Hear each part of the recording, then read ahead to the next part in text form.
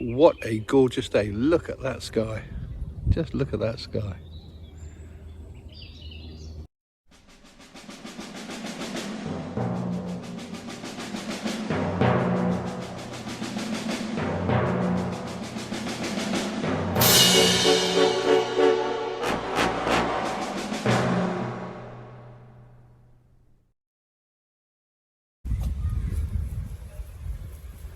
Dogs and sunshine. What more could you want, eh? Been less than a week and some of the wild cherries are starting to blush red already, look. Won't be long, then the birds will have them all. Here's an oak apple that's now lost its colour and starting to dry out. Huge, isn't it? Now, it's not one of those galls that people use to make ink. They're called marble galls because they're about the size of marbles, and they're a lot harder and woodier. No, this is just an oak apple that's now lost its colour, dried out a little bit, and it's getting a bit papery. This goat willow is now starting to go to seed, and those seed heads are all starting to get all fluffy. Judging by all the catkins on the ground, all looking like dead furry caterpillars, I missed the best of the fluffiness with this goat willow, but never mind, I was in Cornwall. Don't you love the optimism that a massive oak tree like this with a girth at the bottom that's probably 16 feet around, 20 feet around, will nevertheless put out a brand new little leaf on a stem. Look at that. A hedgerow can act a little bit like a calendar.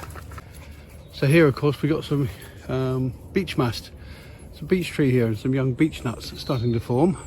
Now that normally only happens in May. There's one of the last bluebells down here. There's some cow parsley growing here, easily identifiable from hogweed because completely different shaped leaves. There's the baby acorns growing on the oak trees, tiny little ones. There's also the pink and white blossom of hawthorn. And then along here, this blackthorn, which is all now going to turn green, was all covered in white flowers just a month ago. But they've all gone. There's cleavers in amongst it. Cleavers tend to come up sort of late April, beginning of May. And then further along here, we've got buttercups. And we've also got brambles starting to poke through. Of course, these bramble runners, you can see the flower heads starting to form on them, which will turn into blackberries in due course. Another one up there, look. This plant has the fantastic name of pendulous sedge. Isn't that a great name? Pendulous sedge. And if you catch it like this, when you've got all these seeds, and they're just about green, starting to go brown, and you strip the seeds off there, you can take them home, dry them out, sprinkle them on your porridge. Full of good stuff. Full of good stuff they are. But it's a lot of work for very little return, really. But if you're starving enough, or you're short of a few nutrients, perfect. We haven't had a painting update for a while. As you know, I was exhibiting in two different exhibitions, one in Cornwall and one in High Wycombe in Buckinghamshire this last couple of weeks. Those exhibitions have now ended and I've got the paintings back, or those that are unsold anyway. But I've been working on some new ones, including this one. Now, this is obviously based on the Men and Toll, the Hold Stone, down in West Penwith in Cornwall, which I've climbed through many times, both in my childhood and as an adult. I can just about still squeeze through the hole. And I'll put a photograph on the screen here so you can see what the Men and Toll actually looks like. But of course, I've been doing a series of paintings with these huge rocks actually floating as if they're being floated into place by magic. Or at least, you know, they might have a life of their own, for all we know. You know, there is a theory within some of the older religions of something called animism, that everything in nature, whether it's stuff we consider inanimate like rocks and things like that, and indeed the entire planet, is alive and is capable of conscious decision making. Interesting idea. Anyway, I decided to paint the Men and Toll with a floating central Hold Stone, but the thing I'm really pleased about here is the textures of the granite, the lichens and things growing on it. I spent a lot of time on my most recent visits to Cornwall looking at some of these big lumps of granite and how they were textured, in the hope that I could maybe replicate it, and I think I've got pretty close. I'm actually pretty pleased with this piece. I also really like that shadow. I don't know why, but I think I got the shadow just about right. But now the easel is up again because I'm working on a new picture. Now this one, as you can see, has got a pretty dramatic sky. I did start doing a picture of a dolmen against a dramatic sky a while ago, but I ruined it. Here's a couple of photographs showing the stages I went through, and it just didn't work. So I abandoned it and I repainted the whole canvas. So now I'm going to work with this dramatic idea, but I'm going to use some doodles from my doodle pad. I visited a couple of stone circles in Cornwall in my most recent visit. And what I'm going to do is a stone circle in the process of forming. So like one stone will be stuck in the ground, but all the others are arriving in sequence. They're arriving almost like a flock of stones arriving in this field all ready to set themselves down and become a stone circle. So that's going to be the idea for this painting. And over the next few videos, I will show you how it's developing. So I've been a bit brave now, and I've got out one of my Posca pens, and I've drawn on where the stones are going to be. I've still got to do all the background around here yet, the trees and colour the ground and all that sort of thing down here. But that's going to be the basic layout of this picture. What do you reckon? This is three-cornered leek when it's in flower. As you can see, it's got quite a nice little flower. Whole thing smells of onion. It's all completely edible. All the stems, the flowers, everything. Delicious. Just starting to go over now. So the lords and ladies, arum lilies, cuckoo pine, whatever you want to call them, are now in flower. And I said a while ago I'd explain this structure. Now, this is Britain's only native flytrap, and around the outside of it at the top you've got this thing called a spathe, and growing up inside the middle of it is the thing called a spadix, which smells of rotting meat, and it attracts flies. Now, underneath the spathe and the spadix there's this chamber with downward facing hairs, and at the bottom of that are lots of the things that are covered in pollen. So what happens is your little flies here buzz buzz buzz buzz buzz along, come and attracted to the smell, they slide down the slippery inside of the spathe into the chamber below, and they can't get back out because of these backward facing hairs. They then get covered in the pollen. What then happens is the hairs drop off and the flies are released. So unlike most fly traps, this one actually doesn't eat the insects. But what a clever system.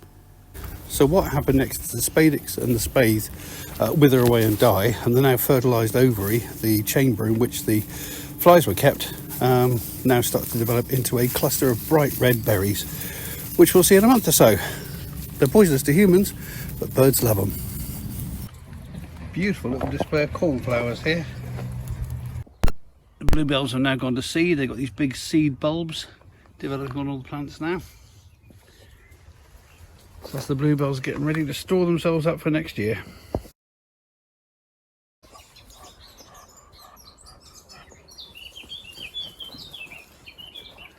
The bird song's lovely along here. I've just seen a couple of blackcaps. That's a blackcap warbling about there at the moment. It's lovely. Very complex song. Well, I've been out for about an hour, not seen a single butterfly. That is very, very annoying and upsetting. And it's not for lack of food. I mean, you can probably see behind me here, there's elderflower here in the bushes, there's some wild dog roses there, and there's buttercups everywhere. If I turn around this way, look at all the elderflower there is over there, all those white clusters. That's all flowers, that's all nectar, and there isn't a single butterfly making use of it. Hardly seeing any bees either. Naturally, there's a knock-on effect to this as well, because a lot of small animals, particularly birds, eat butterflies and things like that. So consequently, without those, there's not going to be so many birds. Look at all the white froth on that elder, all elderflower. It smells amazing even from this distance. The great thing is every one of those flowers, if pollinated, is going to be an elderberry in a few months' time. And I can see elderberry wine, elderberry cordial, elderberry jam. Ho ho ho. Even more fodder for the non-existent butterflies here, because we've got the flowers coming out now on the brambles. And these have got lots of nectar. These really attract the insects. But again, can't see a butterfly, can't see a bee, despite all these flowers. And look, this is all meadows and grassland and farmland and woods. They should be alive with them. Some more of those old oak apples here. There's another one a little bit further up there. There's a smaller one over here on a branch I saw earlier, and I've lost track of now. All of this wild garlic's gone to flower. That's good. It means there'll be more next year. The flowers on the sycamore have all gone now, but what's left behind is this, which will all turn into helicopters in due course. In fact, some are starting to form even now. Ah, hooray, at last, a bumblebee. First one I've seen today. A depressing note to end the week, but hey ho. I'll end this week by pointing out a couple of other pieces of artwork I've done recently which I haven't featured on this channel. They're all stones related. I mean, half of the reason I went around looking at all those stones in Cornwall in the last 2 or 3 videos is just to get a sense of how granite works and the textures. So I've done 2 or 3 different pictures to really get the hang of painting granite. So here's the other ones I've done this week, and I hope you like them. And in the meanwhile, I'll say Toodle Pip. See you next week.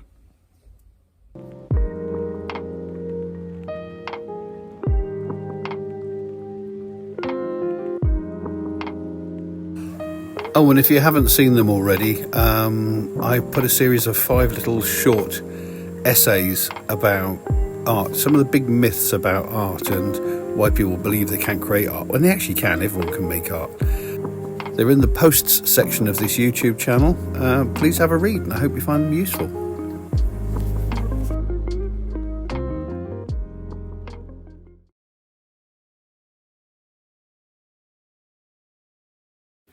If you've enjoyed this video, then please consider subscribing, or click on some of these links to look at some of the other videos on the channel, or press the like button, or leave a comment. It would be lovely to hear from you.